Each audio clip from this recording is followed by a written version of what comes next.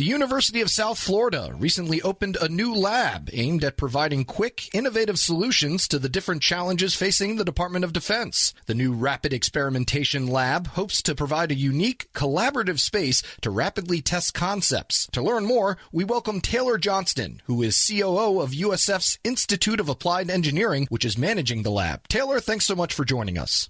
Thanks for having me, Eric. Glad to be here. Absolutely. So why don't we start from the beginning? How did this all come together? How did you find yourself in business with the Department of Defense trying to solve some of their always complex problems? Thanks for the question. I am actually a 21-year Air Force veteran, so I'm a flyer by trade. I flew the C-21, C-130, and KC-135 in the Air Force. And while I was in the Air Force, I got to command and help a unit called Contingency Response Units. Contingency Response Units are challenged with setting up an airbase anywhere in the world in a moment's notice. And this is back in the mid-2015, 2016 timeframe, where essentially the problems we got were, hey, you've got 2 planes coming tonight, figure what you can put on board and go. At that time, we were dealing with antiquated generators and some other old equipment where that really got my innovation brain and innovation ideas going. And we started looking at new ways to do power generation, new ways to do communications. And this is also at the start of AFWERX and some of the DIU, so the Defense Innovation Unit.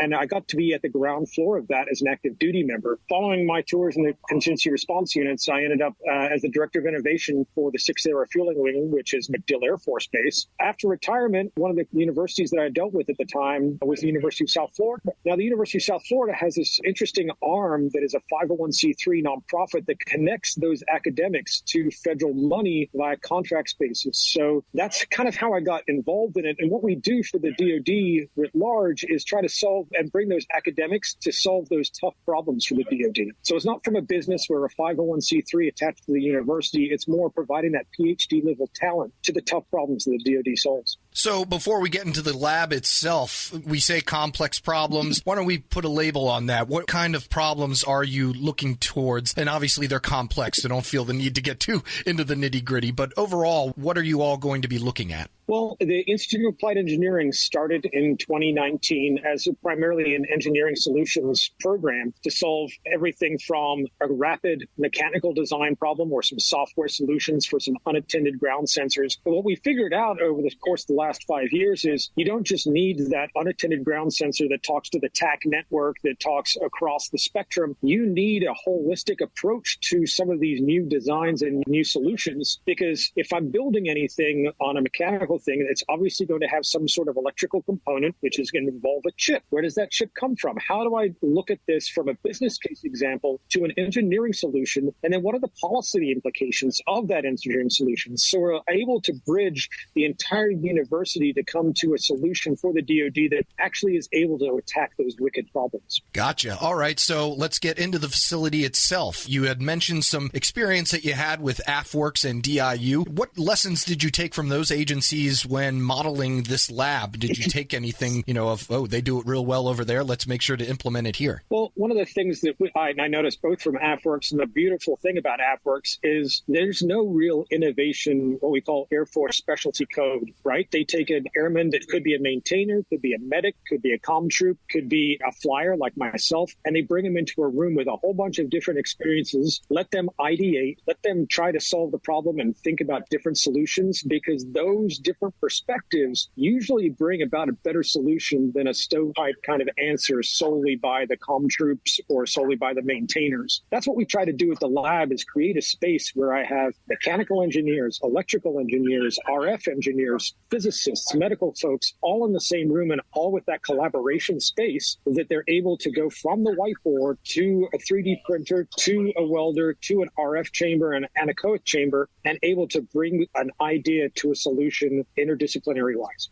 We're speaking with Taylor Johnston. He's the Chief Operating Officer of the Institute of Applied Engineering at the University of South Florida. So an 8,000 square foot facility is what you have, and you want to let your engineers cook in there. What sorts of new tools and innovative technologies are you bringing in there to make sure that these engineers, they're not going to be there forever, obviously, and they're in high demand, I'm sure, once they graduate. What do they get out of this? Well, we do have everything from our student interns to graduate assistants to professional staff. So I have 21 engineers on my staff that are permanent members of the Institute, and we're able to actually bring in university professors to the lab. The beautiful thing about the lab is that there's 7 different types of additive manufacturing machines. There's also soldering and welding equipment in there. There's also printed circuit machines in there, so to print circuit boards. And there's also RF and anechoic chambers in there too, and also everything from drill presses to laser engravers to CNC machines. Basically everything you need to make a product that we all know is not just fabricating a product, but is also incorporating electronics in the product. Yeah, and I want to go back to this concept of you just kind of letting the engineers do their thing. What space do they have to also, conduct some experiments where, it may not all work out, but tinkering is how a lot of things are discovered. What can you tell me about that aspect of things? I'll go back to a little bit of the fact that we are primarily a task order-driven organization. So the DoD comes to us with, hey, I need a solution to this. And we'll go out and either do an analysis of alternatives, or we'll go out and try and prove what they're trying to do and actually build what they want to have built. Part of that also, as you intimated towards, allows our engineers to figure out things that, hey, may or may not be useful in applications towards the DoD, but they are something like using the Iridium satellite network for communications versus the new Starlink. What's capable of some of the things that are out there that may or may not be useful today? And how are we able to parse things and do edge computing for things that may or may not be done on the cloud? So a lot of the things today are cloud computing and cloud infrastructure. But when you start to talk about the Department of Defense's needs for able to be computed on edge, on device, in a remote environment, we start to see some different types of problems there than usual businesses face. What can you tell me about where this facility stands as far as setting apart other opportunities at other universities? Is this a unique opportunity for University of South Florida students, or are there facilities like this at other universities? And if so, what makes this one different from those? There are facilities around the nation. There are 13, I believe, UARCs. Those are university-affiliated research centers. Those are dedicated sponsored activities from the DoD at specific universities around the nation. The University of South Florida is more of a startup in an established ecosystem. So there's the behemoths out there like Johns Hopkins Applied Physics Lab and Georgia Tech Research Institute that do a lot of research for the DoD.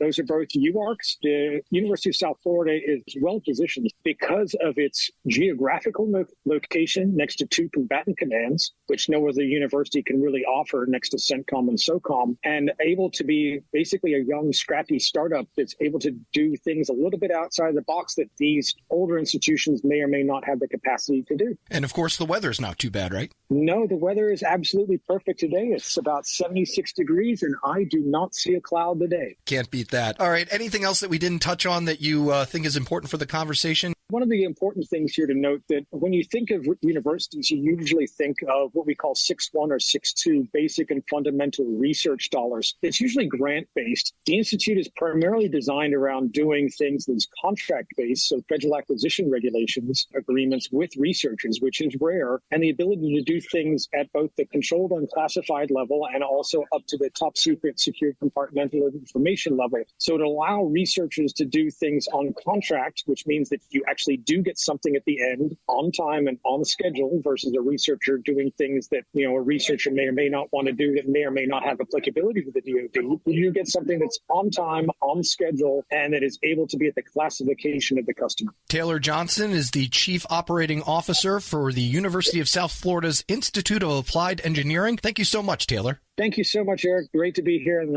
it was a great time. Thank you very much. And we'll post this interview along with a link to more information at federalnewsnetwork.com. Subscribe to the Federal Drive wherever you get your podcasts.